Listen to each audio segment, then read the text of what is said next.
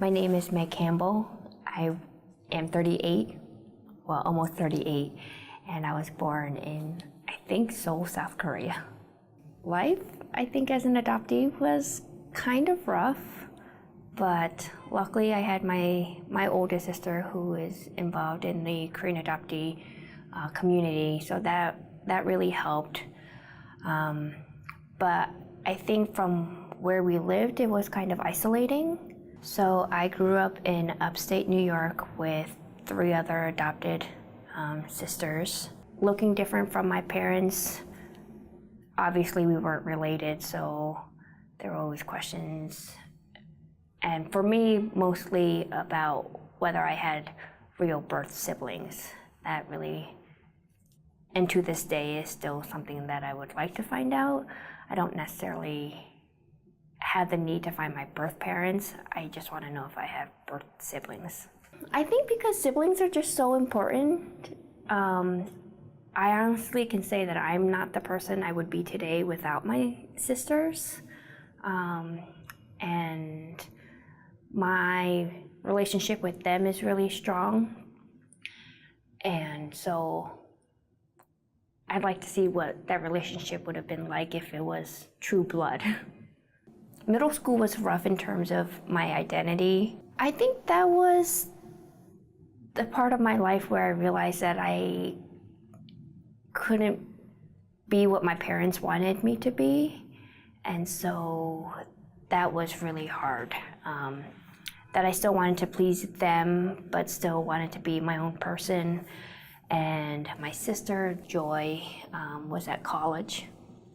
So I didn't have that support at home anymore, and my other sister was away from home, and Beth, who is only a few, like 9 months older than me, we didn't really get along all that well, so it was kind of lonely in middle school, and trying to find my identity too.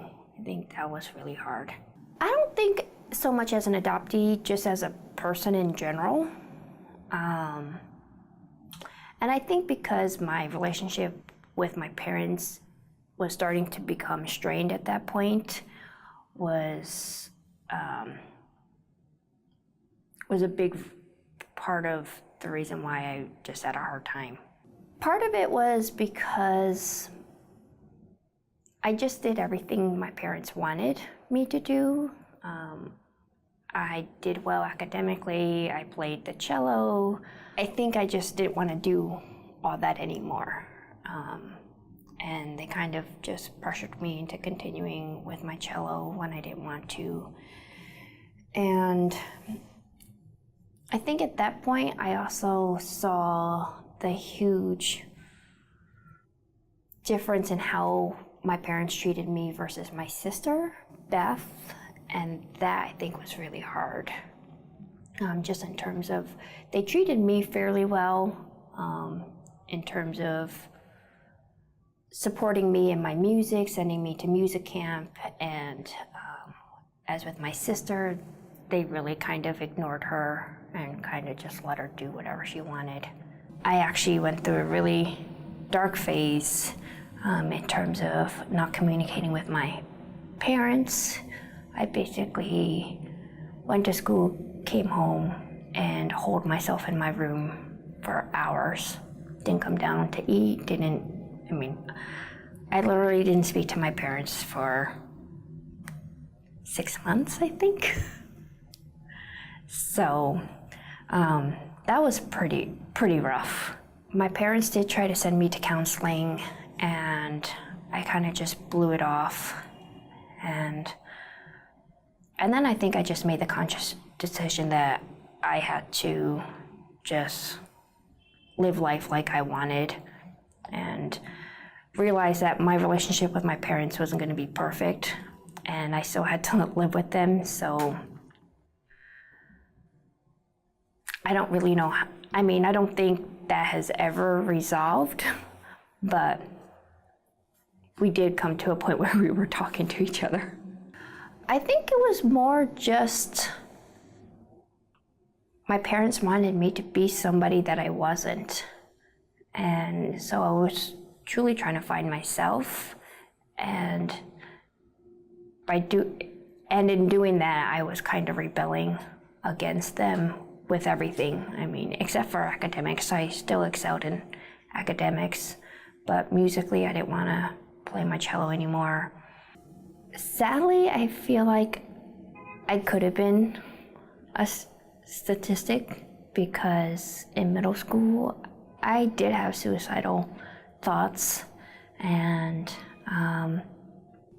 I think it really was the spurt of joy that really just kind of grounded me and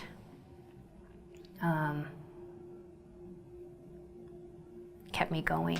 They would send us to like Korean culture day with other Korean adoptees, but that was it. And I don't think we ever really truly talked about adoption and what it was like to be adopted and being different from them. I really have no desire to do a search, except like I said before, I do wonder about birth siblings, and I know the only way to find out is if I actually do a search. At this point, I don't feel incomplete not knowing them. So right now I'm happy with where my life is right now.